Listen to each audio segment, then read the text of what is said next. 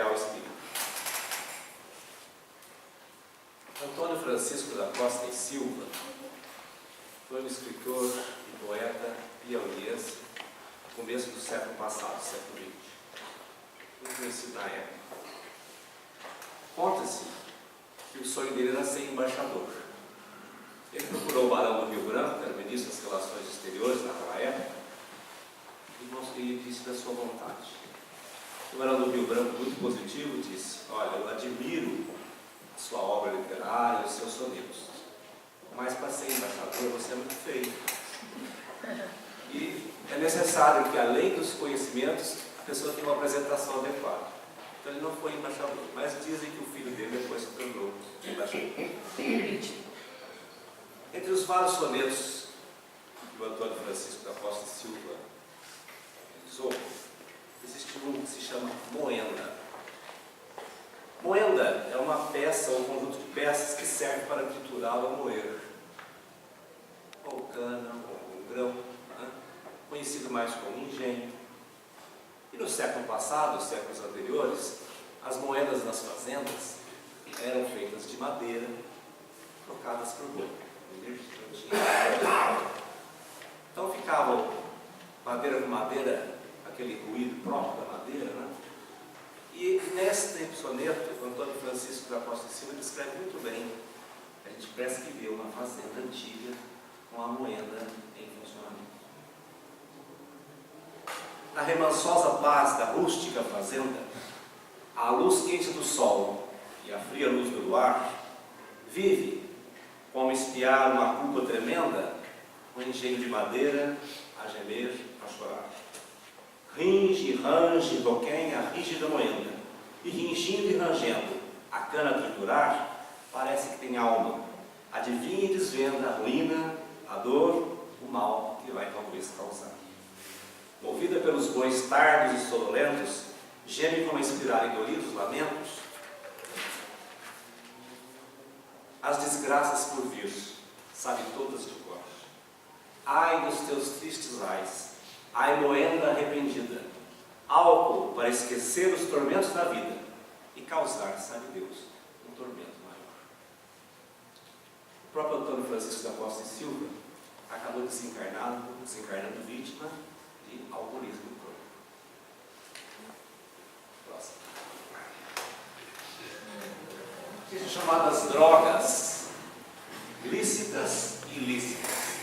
As lícitas são as que são equivalentes permitidas, né? Não são proibidas. E as ilícitas são legalmente não permitidas. Entre as ilícitas nós temos aí os famosos cocaínas, maconha e outros mais. Agora, o álcool e o cigarro ainda são considerados drogas lícitas em nossa sociedade atual. Estava vendo uma série na TV Cultura, e essa série dos anos 60 do século passado. E é interessante a gente, com a visão de hoje, ver aquela cultura. Não era no escritório, o pessoal que trabalhava com marketing, como era comum tanto o uso do cigarro como o uso do álcool. Qualquer coisa se dava um drink, se oferecia um misto para quem estava chegando, e a coisa mais comum, todos praticamente ali fumando. Com a visão de hoje, isso já nos choca um pouco, mas era perfeitamente comum nos anos 50, 60 e 70 do último século. O cigarro, nos últimos 30 anos, ele vem realmente sendo banido da nossa sociedade. Cada vez mais são restritos o cigarro. É muito claro os males que o cigarro traz para a saúde. Existe uma série de restrições ao fumante, restrições até de propaganda. Hoje nós não vemos propaganda, não vemos o Marlboro famoso, com aqueles cavalos bonitos na televisão, né? Então hoje não se faz mais propaganda de cigarro. Isso é cada vez mais restrito, onde o fumante pode fumar, né? Então os restaurantes são separados e até tivemos causas de mal-estar, que não está acostumado, mas naquela época não era assim, né?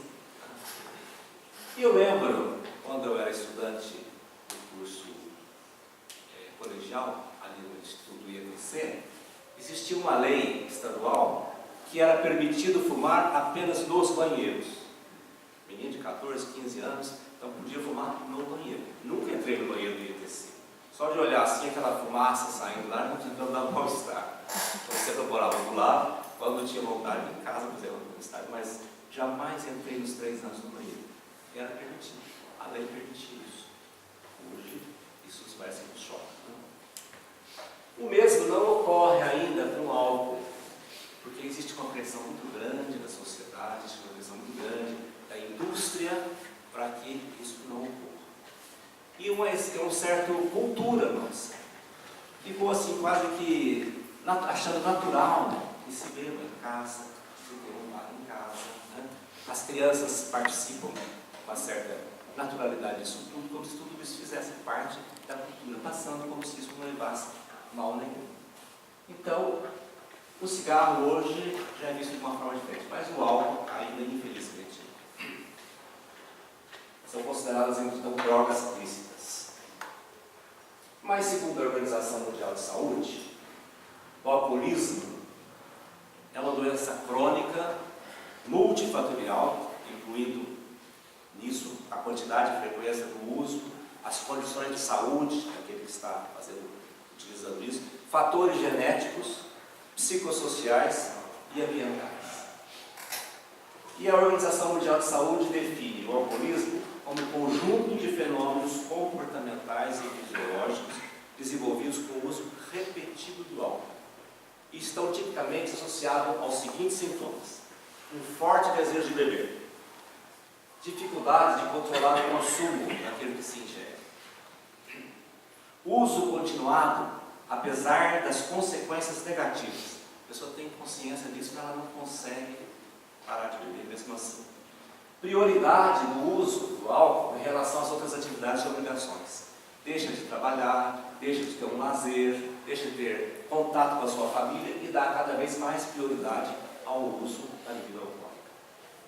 E o aumento da tolerância, quer dizer, precisa de cada vez maior quantidade de álcool para se conseguir o mesmo efeito, que é um efeito que a pessoa acha por bem e acha aquilo agradável.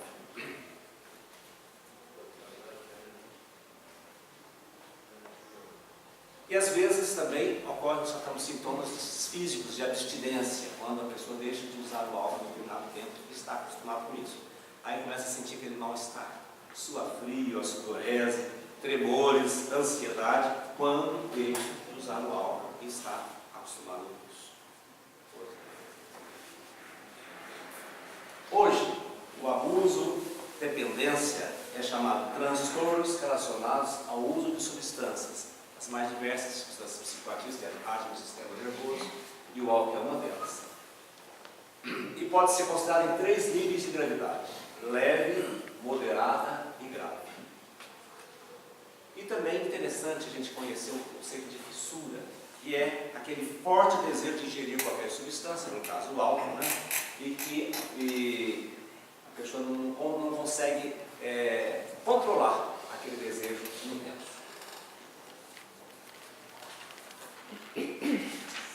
A dependência do álcool não indica uma dependência apenas simplesmente física, ela pode ser apenas psicológica. E essa dependência psicológica está associada à influência tanto de amigos, como influência de família, como influência das propagandas. Né? Para a maioria das pessoas, o consumo de álcool gera pouco ou nenhum risco de se tornar um vício. Em comparação com os homens, as mulheres são mais sensíveis aos efeitos físicos, cerebrais e psicológicos. Nós vamos ver por que isso mais adiante. E a Organização Mundial de Saúde estima que no mundo existem 140 milhões de alcoólatras. São os que ingerem álcool, 140 milhões de alcoólatras. Se nós estamos aí com uma população de mais ou menos 7 bilhões, então mais ou menos 2% da população mundial seriam alcoólatras. Nós vamos ver como é que o álcool age no nosso organismo. O metabolismo do álcool no organismo humano. O metabolismo é a transformação do que se ingere, né, em determinadas outras substâncias. 20% do álcool é absorvido já no nosso estômago. Por isso que quando a gente toma alguma coisa, rapidamente a gente sente o efeito. E rapidamente é absorvido. Sente uma tonturinha, alguma coisa assim, esse aspecto. Né? 80% é absorvido no intestino delgado. Desse absorvido, 10% é eliminado pelos pulmões, pelo suor e pelos rins. Pelos pulmões é daquele hálito alcoólico, né? E é característico, todo mundo já que a pessoa bebeu, né? O suor, a pessoa transpira mais e um pouco eliminado pelos rins. Mas 90% eles permanecem no organismo e é transformado, ou seja, metabolizado no maior órgão transformador que nós temos, que é o fígado. E para essa transformação, o fígado usa de algumas enzimas, que são proteínas específicas, que transformam uma substância em outra. Em geral, uma substância que vai fazer uma transformação que vai fazer menos mal ao próprio organismo. Então, a primeira etapa, o álcool, o etanol, é transformado em cetaldeído, utilizando para isso uma enzima álcool-desidrogenase. Esse acetaldeído depois é transformado em acetato, por uma outra enzima, que é acetaldeído desidrogenado. Por sua vez, esse acetato é transformado em acetil, pela enzima acetil com a enzima A, entra no ciclo de Krebs, que vai dar energia, dando energia se transforma em água e em gás carbônico. Mas o fígado tem uma capacidade limitada desse metabolismo de transformação do álcool. Ele tem uma capacidade de transformação de 10 gramas de etanol por hora no seu metabolismo. Isso corresponde mais ou menos a uma latinha de cerveja, 340 ml de cerveja. Então, se nós tomamos 3, ele vai demorar umas 3 horas para metabolizar todo aquele álcool. Enquanto não metaboliza, esse álcool vai passando em todo o nosso organismo, no nosso cérebro, no nosso coração, nos nossos rins, e vai andando as transformações próprias que o álcool vai causando.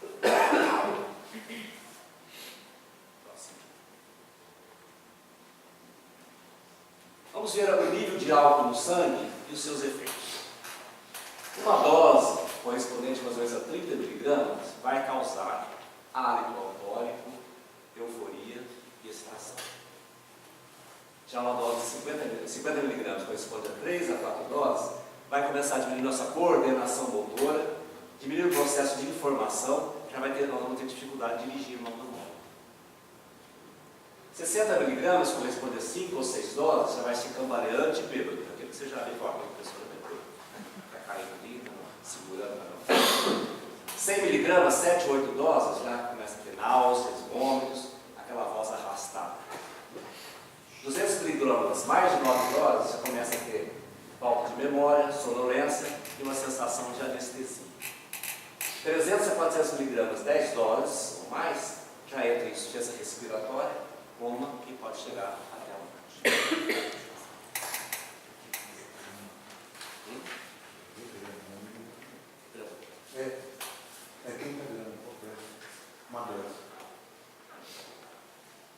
A concentração alcoólica limítrofe no ar expirado, todo mundo conhece o bafômetro, né?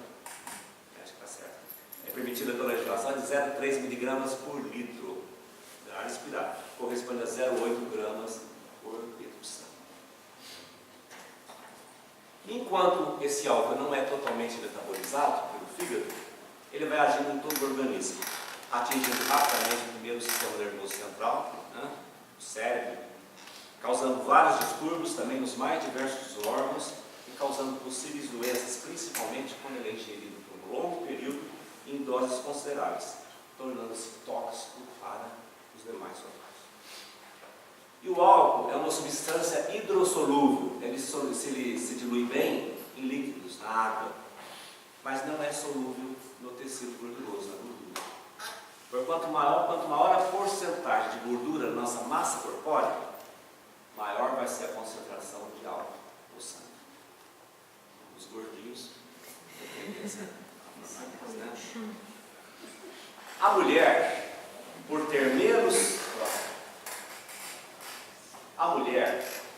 menos atividade da enzima álcool-desidrogenase, aquela primeira fase do metabolismo do álcool no sangue, do fígado, e ter maior porcentagem de gordura em relação ao que tem o homem, ela tem uma maior morbidade pelo álcool.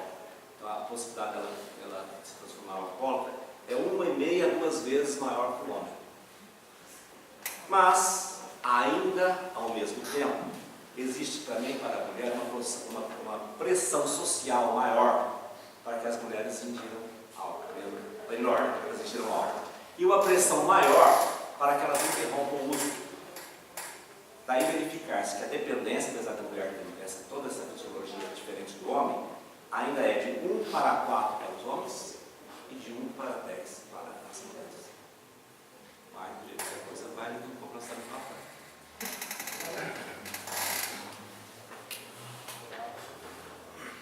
O álcool é a substância psicoativa mais utilizada frequentemente.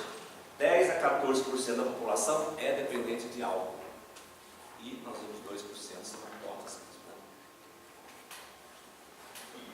Existe uma síndrome que hoje é uma grande preocupação, principalmente nas áreas de ginecologia, de pediatria, que é chamada síndrome alcoólico-fetal. Quer dizer, o que o álcool causa durante uma gravidez, que pode transformar, que pode causar parto. 55% das mulheres grávidas consomem alguma quantidade de álcool. E dessas, 6% são alcoólatras.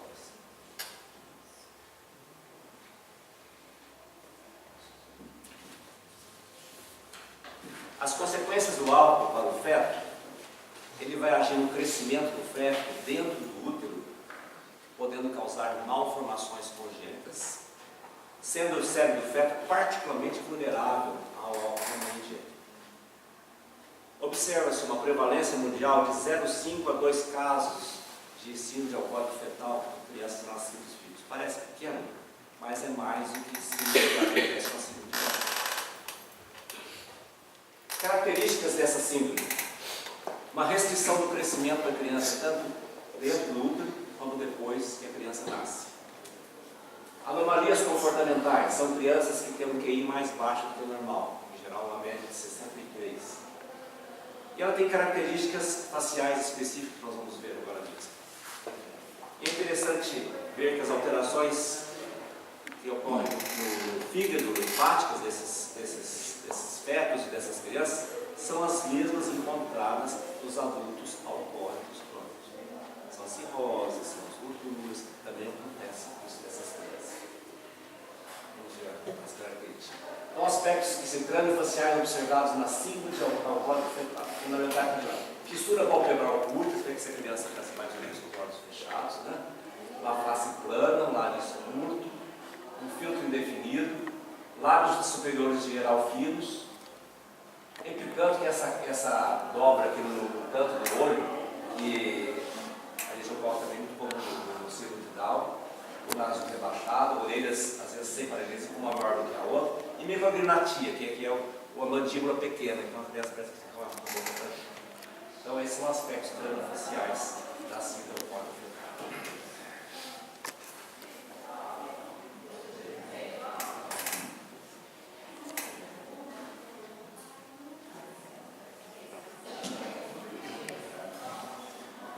E nessa síndrome, a única coisa que nós podemos fazer é a prevenção. A única maneira de evitar essa síndrome é a mulher não ingerir álcool. Total abstinência do álcool, tanto antes como durante, como após a gestação. Porque não existe nenhum dado específico para dizer essa é a dose mínima de álcool que não vai ocorrer. Então não existe isso. Então a prevenção, total abstinência do álcool, não existe dose mínima segura por isso. E a Bíblia é interessante, que nesse livro dos Juízes, capítulo 13, versículo 17, nós vamos ver já lá o seguinte: vais conceber e dar à luz um filho, não bebas, pois, vinho nem licor.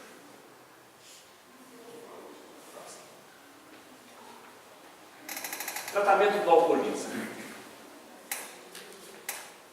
As primeiras formas de tratamento surgiram nos Estados Unidos, no ano de 1784, com o movimento de temperança da América. Foi um movimento precursor da defesa do conceito de dependência química como doença, não como uma alteração do caráter da pessoa, é uma doença, então já foi estudado como visto como doença. E os tratamentos naquela época eram feitos muito à base de ouro, ninguém sabe exatamente como, nem se realmente funcionava, mas foi o primeiro tentativa de se tratar o alcoolismo como ele fosse uma doença e não um dispositivo, um distúrbio apenas do caráter da pessoa. Em 1920, nos Estados Unidos, ocorreu a lei seca. Era proibido a venda e o uso de bebida alcoólica. E e essa lei seca durou 20 anos. Nunca se bebeu tanto nos Estados Unidos como durante a lei seca. E ali que aconteceram os grandes desastres, os grandes vendedores de bebidas, o Al Capone dessa época, né? A máfia, porque mostrando que realmente proibir por proibir não vai resolver o problema. Mas em 1935, nos Estados Unidos, uma entidade foi fundada que é a chamada Alcoólicos Anônimos. Essa entidade foi a pioneira na ideia de que os alcoólatras simplesmente não poderiam controlar seu beber somente pela força da vontade. Eles que trouxeram essa ideia, não basta só força de vontade, precisa de alguma coisa mais. Desde então verificou-se um grande avanço na compreensão e tratamento da síndrome de dependência química, em especial do alcoolismo, existindo formas então mais eficazes para lidar com essa doença tão complexa. No Brasil, só depois de 1965 que efetivamente começou a atuar os alcoólicos anônimos. Daí as primeiras iniciativas organizadas para o tratamento do alcoolismo no nosso país. Só tem necessidade de tratamento? Todo mundo? Não. Só aquelas pessoas que apresentam predisposição à doença, que não conseguem abandonar espontaneamente o seu uso.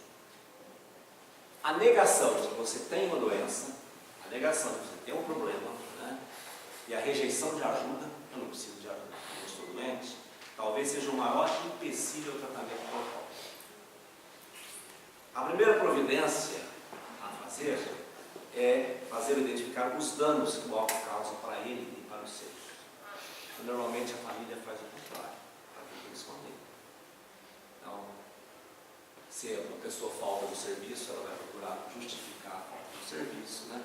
Se a pessoa deixa de tomar banho ou arrumar o quarto, ou é a mãe ou é o companheiro, vai lá e faz isso com o companheiro, né? Fazendo justamente aquilo que não deve ser feito, e não tomar consciência nem responsabilidade dos atos que está causando com o alcoolismo. A gente tem que fazer com que ele assuma a responsabilidade do que está acontecendo, para ele ver o mal que está causando para si mesmo e para os demais. O objetivo básico do tratamento é levar a pessoa a superar a negação da doença e aceitar a ajuda. Expressar para ela a preocupação, um verdadeiro ponto de apoio, né? Tendo condições, selecionando alternativas de tratamento possível, deixando-a escolher o serviço que lhe pareça melhor. Se ela tiver condições para isso, ela tem que participar. É necessário oferecer tanto ao paciente como aos seus familiares educação sobre o que é dependência, né?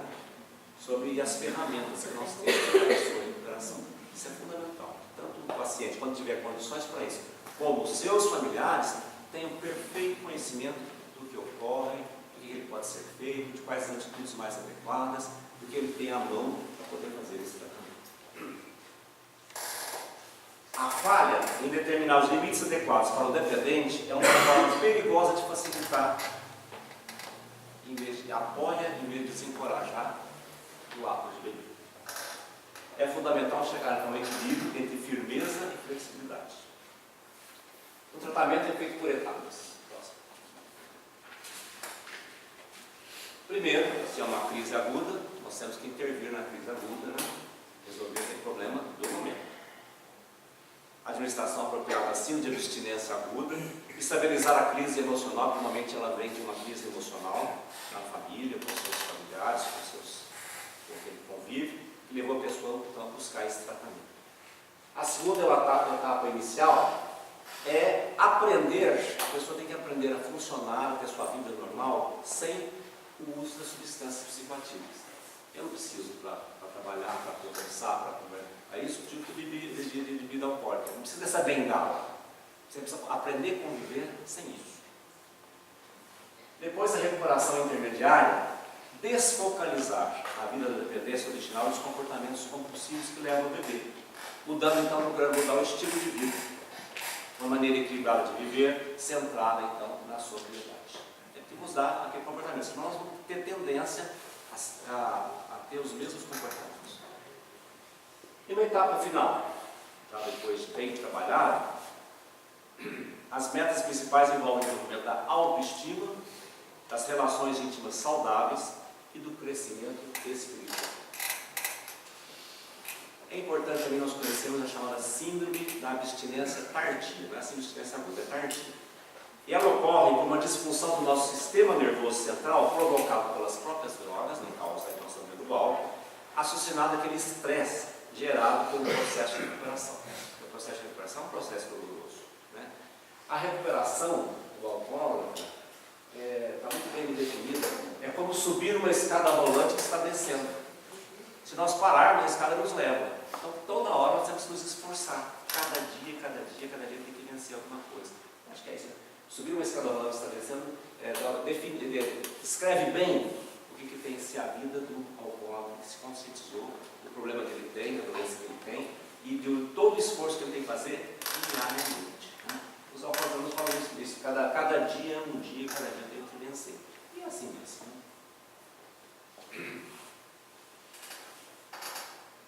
A recuperação em dependência química é difícil, sem que os alcoólatras anônimos chamam de programa espiritual. Os princípios dessa organização, os alcoólatras anônimos, ensinam aos dependentes que eles são impotentes perante a sua condição e não podem controlar as suas vidas até que aceitem e a ajuda de um poder superior a eles mesmos. É importante um programa espiritual. Existe um número grande de pessoas que recupera assim todo mundo utilizando o programa de 12 passos dos alcoólatras anônimos. Hoje ninguém põe dúvida disso. Existe uma parcela menor que recupera-se por meio de outros recursos. E um número insignificante de recuperação atribuído apenas à remissão espontânea sem nenhum tratamento. A recuperação é um processo delicado e demorado, sendo o principal obstáculo a vulnerabilidade às recaídas. Um cantor muito conhecido, um dos mais novos, Vicente Celestino. Entre várias músicas que ele cantava, uma que ficou famosa foi o Hélio. Eu achava muito breve essa época. Eu ouvi assim no rádio. Mas outro dia eu estava ouvindo em casa, eu estava pensando nesse tema, e eu comecei a prestar atenção na letra. Uma parte que ele recitava e outra parte que ele cantava. Eu não vou cantar, senão vocês não vão ficar nem aqui. Mas eu vou só falar da letra, que descreve muito bem o que uma pessoa sente, como é que ela vai caindo com os problemas emocionais, né? E como é que ela se entrega ao vício, depois ela não consegue mais ser. Ele começa descrevendo assim. Falando de artista é muito ligado à parte de tóxicos, de alcoolismo, né? pela própria condição. Nasci artista. Fui cantor. Ainda pequeno levaram-me para uma escola de canto. O meu nome, pouco a pouco, foi crescendo, até chegar aos píncaros da glória. Durante minha trajetória artística tive vários amores. Todas elas juravam-me amor eterno, mas acabaram fugindo com outros, deixando de saudade e dor. Uma noite, quando eu cantava Tosca, que é uma ópera, uma jovem da primeira fila tirou-me uma flor. Essa jovem veio ser, mais tarde, a minha legítima esposa. Um dia, quando eu cantava A Força do Destino, que é uma outra ópera, ela fugiu com outro, deixando-me uma carta e uma carta de adeus. Não pude mais cantar. Mais tarde, lembrei-me de que ela, contudo, me havia deixado um pedacinho do seu eu, a nossa filha. É importante alguma coisa para nos apegarmos. Voltei novamente a cantar, mas só por amor à minha filha. Eduquei-a, esse moça, bonita. E uma noite, quando eu cantava mais uma vez A Força do Destino, Deus levou a minha filha para nunca mais voltar. De lá para cá eu fui caindo, passando dos teatros de alta categoria para os de mais baixo, até que acabei por levar uma vaia cantando em plena brincadeira de um circo. Nunca mais fui nada. Nada não. Hoje, porque bebo, a fim de esquecer a minha desventura, chamo-me Hélio. Ele canta assim. Tornei-me um ébrio e na bebida busco esquecer aquela ingrata que eu amava e que me abandonou. Apedrejado pelas ruas, vivo a sofrer. Não tenho lar e nem parentes. Tudo terminou. A pessoa poderia ter separado, a família vai abandonar, na maioria das vezes. Só nas tabernas é que encontro amigos, abrigo.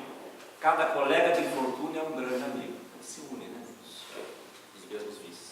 que, embora como eu tenha os seus sofrimentos, me aconselham e aliviam o meu caminho.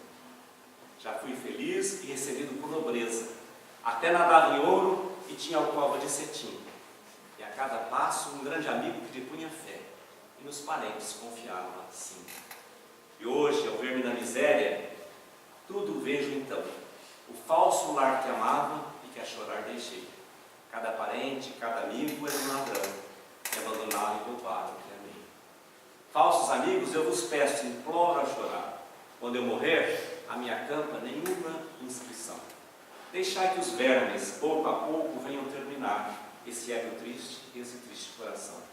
Quero somente que na campa em que eu repousar, os egos loucos como eu venham depositar os seus segredos ao meu derradeiro abrigo e suas lágrimas de dor no peito ali. Bom, próximo. A espiritualidade como ferramenta do tratamento da dependência química. Apenas recentemente estamos despertando para um fator diretamente envolvido na origem dessa doença, o papel da espiritualidade.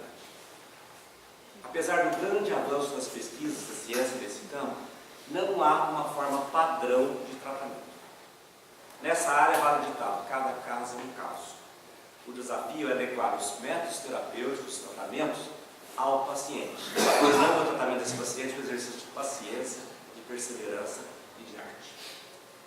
Então é forçoso reconhecer que poucos são aqueles que realmente conseguem recuperar-se sem desenvolver em si um senso de espiritualidade, uma conexão com algo maior, com um poder superior. Por isso, o grande sucesso dos Alcoólicos Anônimos, que no seu ideário tem utilizado os seus frequentadores de estímulo ao desenvolvimento da espiritualidade, qualquer que seja a religião que está sendo assistido, obtendo então recursos comparáveis a melhor terapêuticas médicas e psicológicas conhecidas atuais. Nós, profissionais da saúde, precisamos aprender a incluir este elemento nas terapêuticas convencionais. Uma proposta etiológica do Espiritismo próximo. A doutrina espírita apresenta uma visão bastante coerente e interessante do fenômeno das dependências químicas, considerando que esse processo ele vem de 3 fontes principais. Primeiro, a própria imaginação e o organismo condicionado através de sua própria inteligência. Nós mesmos nos condicionamos. Vamos tomando por estarmos junto com uma pessoa, depois por pressão de alguém, depois pela mídia. Então nós vamos condicionando o nosso organismo, né? Ou vai criando para si condicionamentos, cristalizando hábitos repetitivos, pervertendo mecanismos neurobiológicos relacionados à experiência de prazer e motivação.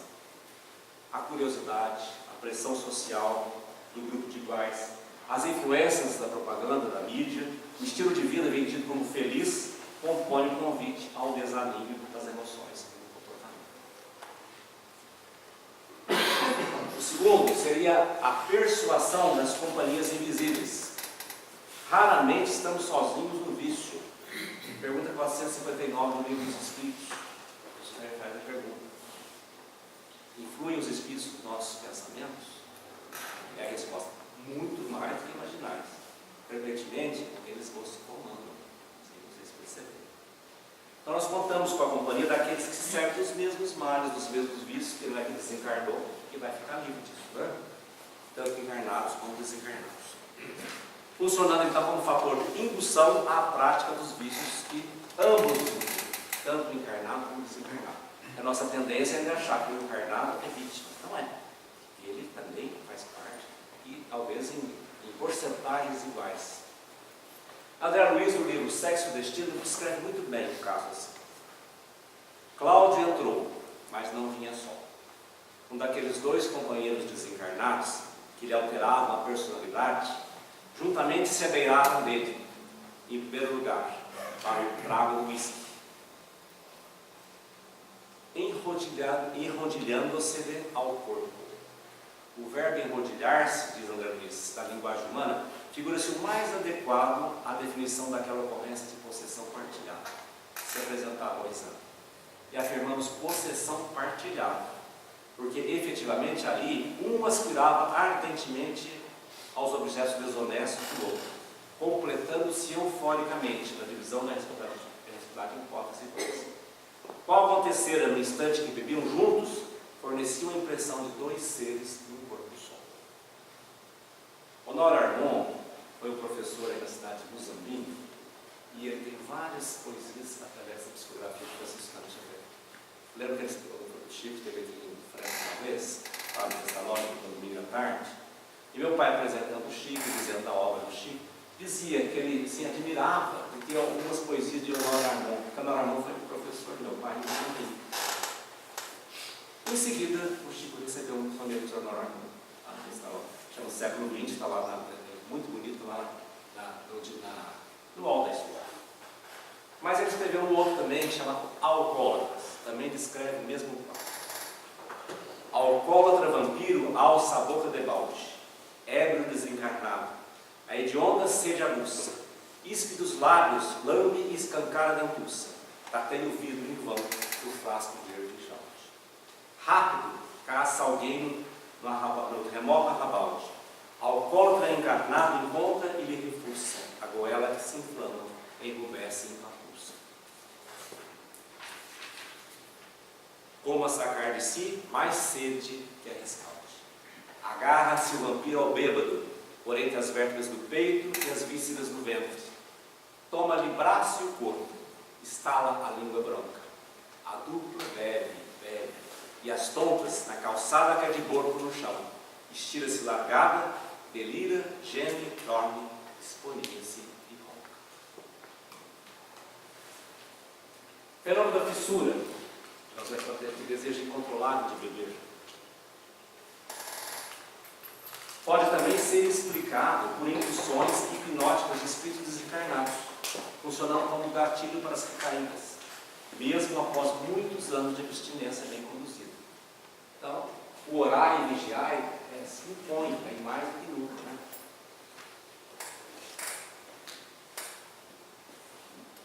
E é por isso que os alcoólicos anônimos dizem que a pessoa nunca se cura, está sempre completamente em tratamento. E as tendências reencarnatórias? O indivíduo transfere da vida presente para a vida subsequente certos reflexos ou impregnações magnéticas que o perispírito guarda. Daí, então, a oportunidade de predisposições, né, e de tendências, a vulnerabilidade genética, a convivência forçada com situações ambientais que vão propiciar isso. Quando às vezes o mesmo espírito pede que ele passe por momentos assim para se testar.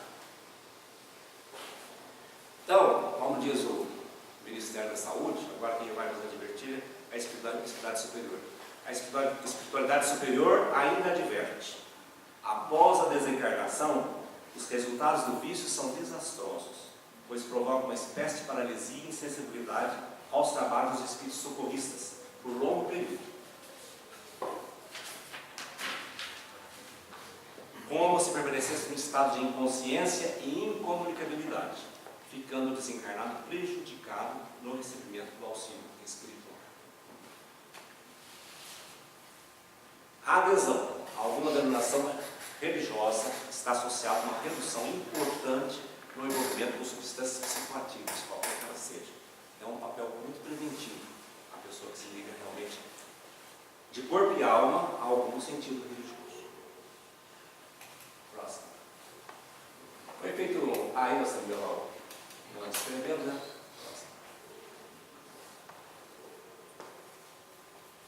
Foi feito um trabalho com adolescentes que estavam sujeitos a ambientes assim, que facilitavam o uso de substâncias psicoativas. Eles foram estudar quais são os fatores que faziam com que aqueles adolescentes, apesar de estarem em ambientes tão propiciadores, eles não entravam nesse risco. Primeiro, a família. Os laços afetivos são muito importantes. O monitoramento das atividades e amizades do adolescente, quando ele conhece os pais, a saber onde ele vai, onde ele está, no local, né? Isso é muito importante. Sem ficar alguma coisa assim em cima demais, porque o adolescente não gosta demais, perceber que o pai o acompanha no dia a dia, não deixa ele a Deus dará. Né? E a construção de uma conduta social adequada. Segundo, um forte envolvimento tanto com a escola como algum tipo de religiosidade, alguma religião. Isso Isso também é um fator importante preventivo. A disponibilidade das informações sobre o uso dessas substâncias, dadas principalmente, não por técnicos, não por pessoas com conhecimento técnico, mas principalmente para quem tem um vínculo afetivo e permanente com a criança ou adolescente, né? Professores, evangelizadores, os próprios pais, porque tem a criança ouve muito mais, o adolescente ouve muito mais, quando ele tem algum vínculo afetivo, do que realmente o técnico, por mais conhecimento que ele tem. E a perspectiva de futuro, né? O adolescente saber que tem um futuro, tem alguma coisa que ele possa esperar, que ele possa trabalhar para isso. Esses 4 aspectos realmente funcionam. E a religiosidade seria, então, teria uma função ampla, permeando os demais fatores protetores citados. Existiu um movimento no Conselho Regional de Medicina do Estado de São Paulo, que se intitula Propaganda Sem Perigo, tentando limitar, através das leis, a publicidade de álcool nos meios de comunicação, quer seja em aspectos, em eventos esportivos, culturais e sociais. A publicidade também não poderá associar o álcool à prática de esportes, ao sucesso e à integração social. O que se fez com o cigarro, procurar fazer com o álcool. Só que a dificuldade é imensa. A indústria do álcool é muito pesada, né? Então as coisas não conseguem muito assim. E a nossa legislação, que é atual nesse aspecto, atual que é de 1996, só considera alcoólicas aquelas bebidas que têm um teor de álcool superior a 13 graus do saque. Isso não pega a cerveja. Então, isso você vê a cerveja tem a propaganda liberal em qualquer horário. E relacionada sempre a grandes artistas, né? E a sempre grande sucesso na vida. Através do sexo, através dos poderes dos mais diversos. Aí, esse é o grande problema. Mas, de acordo com o Ronaldo Laranjeiras, que é o psiquiatra e que é membro da Câmara Técnica de Saúde do Conselho Regional de Medicina do Estado de São Paulo, é preciso restringir a propaganda do álcool, incluindo a cerveja.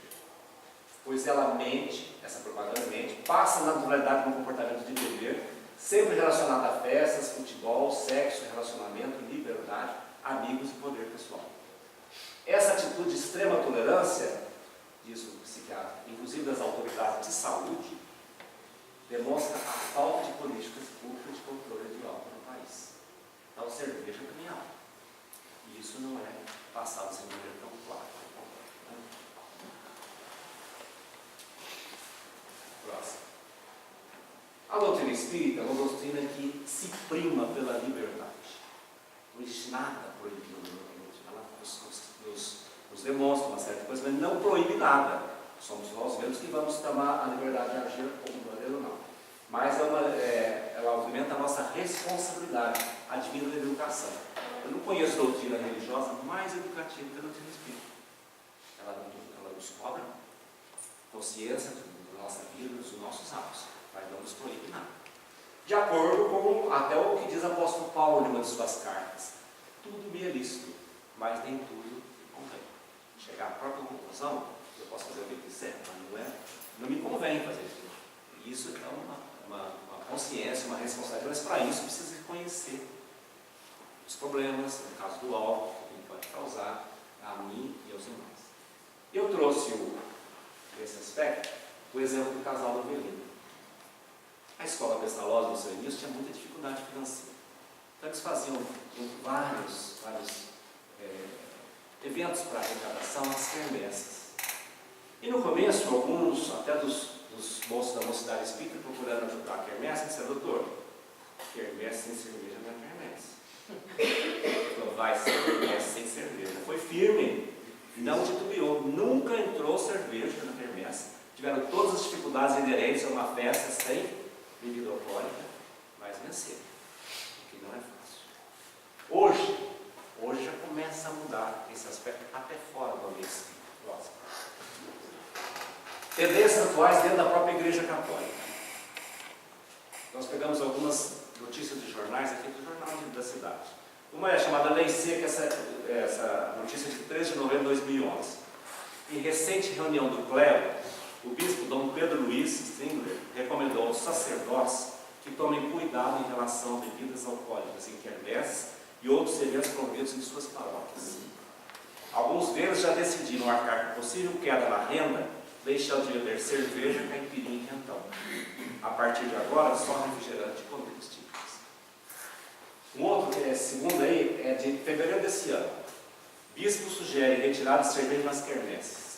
O pedido partiu do bispo diocesano, Dom Paulo Roberto Meloto, aos padres, durante a reunião do clero, no final do ano passado.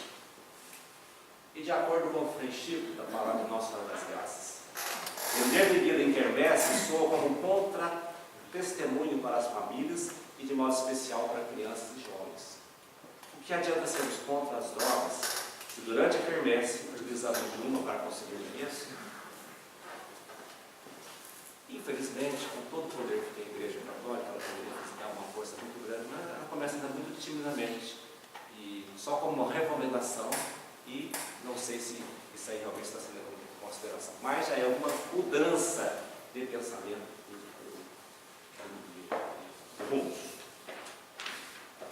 Entre nós espíritas, muita gente não aceita que você faça nos seus eventos, nas quermesses, nos jantares, não tenha bebida alcoólica. Não acho que deve ser, porque cada um faz aquilo que quer, a doutrina é muito liberal, né? Mas esquece que nós somos exemplos, as nossas crianças, aqueles que estão vivendo conosco, né? Então nós pegamos aqui de uma frase do próprio alcoólatra, nós vamos passar para nós. Se você, sendo espírita, quer beber, o problema é seu. A doutrina nada nos proíbe. Agora, se você quer oferecer a oportunidade na casa espírita para os outros beberem, patrocinados por nós, o problema é nosso. É só isso que nós obrigamos.